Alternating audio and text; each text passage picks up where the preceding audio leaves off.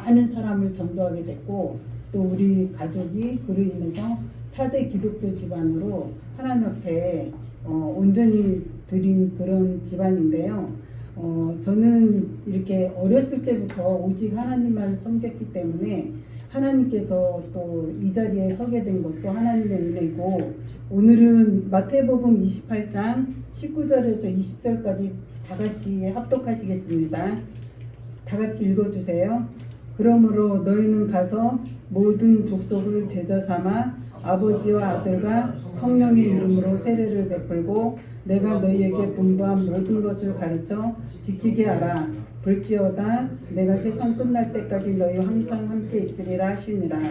네, 오늘은 여기에 계신 목사님들이 전부 하나님 앞에 쓰임받는 귀한 왕같은 제사장들이요 거룩한 백성입니다. 그래서 오늘은 왕같은 제사장이 하는 일이 과연 무슨 일을 해야 되는지 이 시간에 제가 말씀을 증거하겠는데요.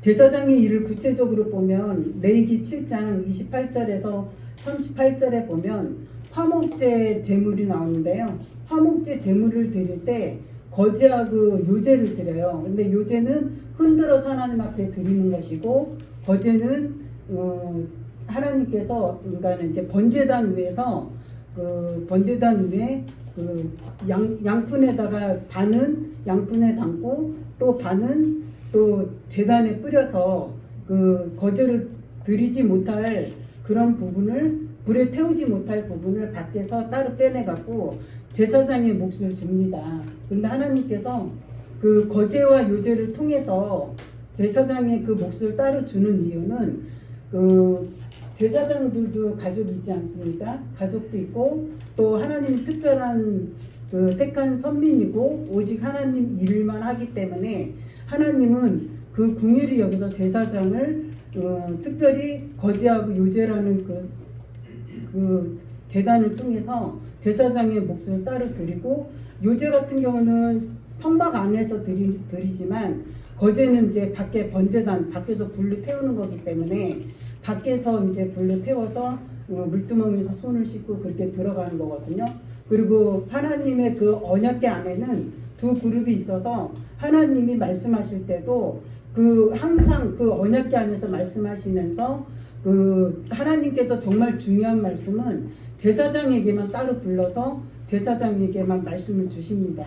그래서 제사장은 그것을 백성에게 말씀을 증거해야 되고 백성을 치료해야 되고 백성을 다스리는 일을 해야 됩니다.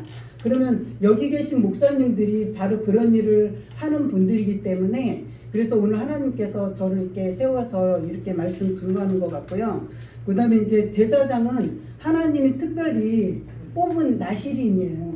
그래서 세상 일을 요즘 보면은요, 목사님들이 다단계도 많이 나가고 세상 일을 많이 해요. 저는 그게 참 가슴이 아팠어요. 저는 어떤 일이 있어도 하나님 앞에 맹세코 그런 일은 안 해요. 왜냐면 하나님이 보시기 때문에.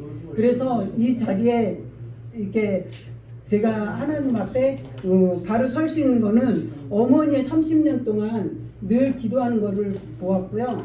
또 할머니가 늘 방언 기도하면서 오직 하나님 일만 했기 때문에 나도 그런 일을 해야 되겠다 하는 그런 마음으로 이 자리에 섰고요. 그리고 여기에 보면 그 시대별로 하나님이 제사장들에게 사명을 주십니다.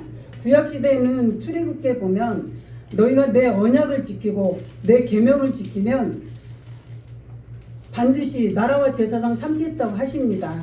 그런데 그들은 절대 언약을 지키지 못했습니다. 그래서 예수님이 오실 수밖에 없었고 구약 성경에 보면 예수님이 단 한마디도 없어요.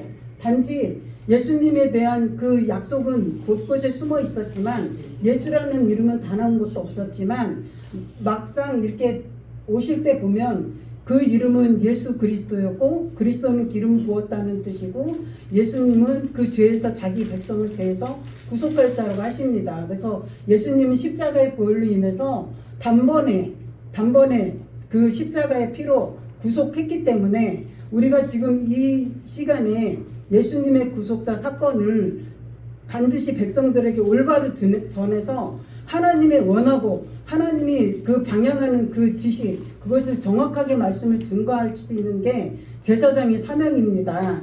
그리고 또 그 마태복음 28장 19절에서 20절에 보면 모든 족속을 삼아 제자 삼으라고 했지 않습니까?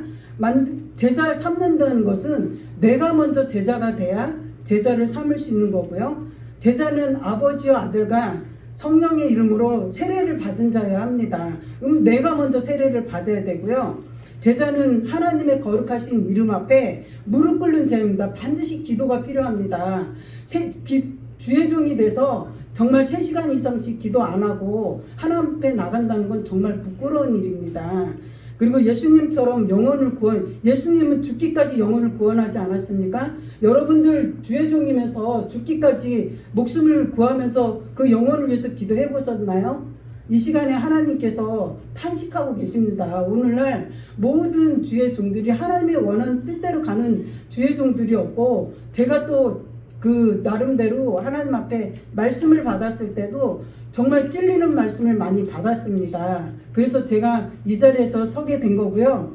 그리고 또 성령의 이름으로 또 순결한 영으로 하나님의 능력으로 또 하나님의 제자가 되는 정말 거룩한 제사장이 되기를 간절히 원합니다. 그래서 구약시대에는 율법의 시대였고 또 신약시대에는 예수님의 복음을 증거하는 자유율법의 시대였지만, 오늘날은 시대를 보면은 예수 그리스도의 계시라, 예수님의 계시를 전하는 때입니다.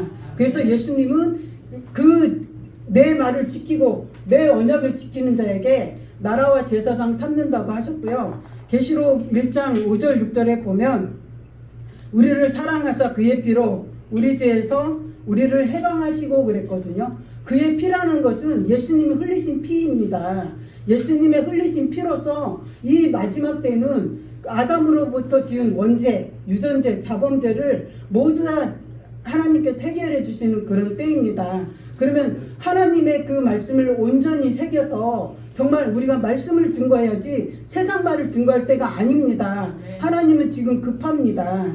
그리고 계시록 5장 9절에서 10절에 보면 모든 백성과 방언과 나라와 족속 가운데서 하나님을 우리와 나라와 제사장 삼아서 땅에서 왕노릇한다고 하십니다. 그러면 우리가 제사장의 사명을 볼 때 구약시대에는 율법시대였고 신약시대에는 자유율법시대였지만 오늘날은 계시시대입니다. 그래서 우리가 계시 말씀을 통해서 제사장들은 백성을 치료하고 예배를 인도하고 또 치료할 수 있는 능력이 있어야 합니다. 그런 그 하나님 앞에 간절히 구해서 하나님 앞에 제사장의 바늘에 들어갈 수 있는 거룩한 나라가 되기를 간절히 축원합니다. 아멘. 거룩하신 하나님, 정말 잘못 전한 것이 있다면 용서하여 주시고 또 이 시간에 말씀을 통해서 이 시간 하나님 만날 수 있도록 역사하여 주시옵소서. 감사하며 생명이 되신 예수님의 이름으로 기도드립니다. 아멘.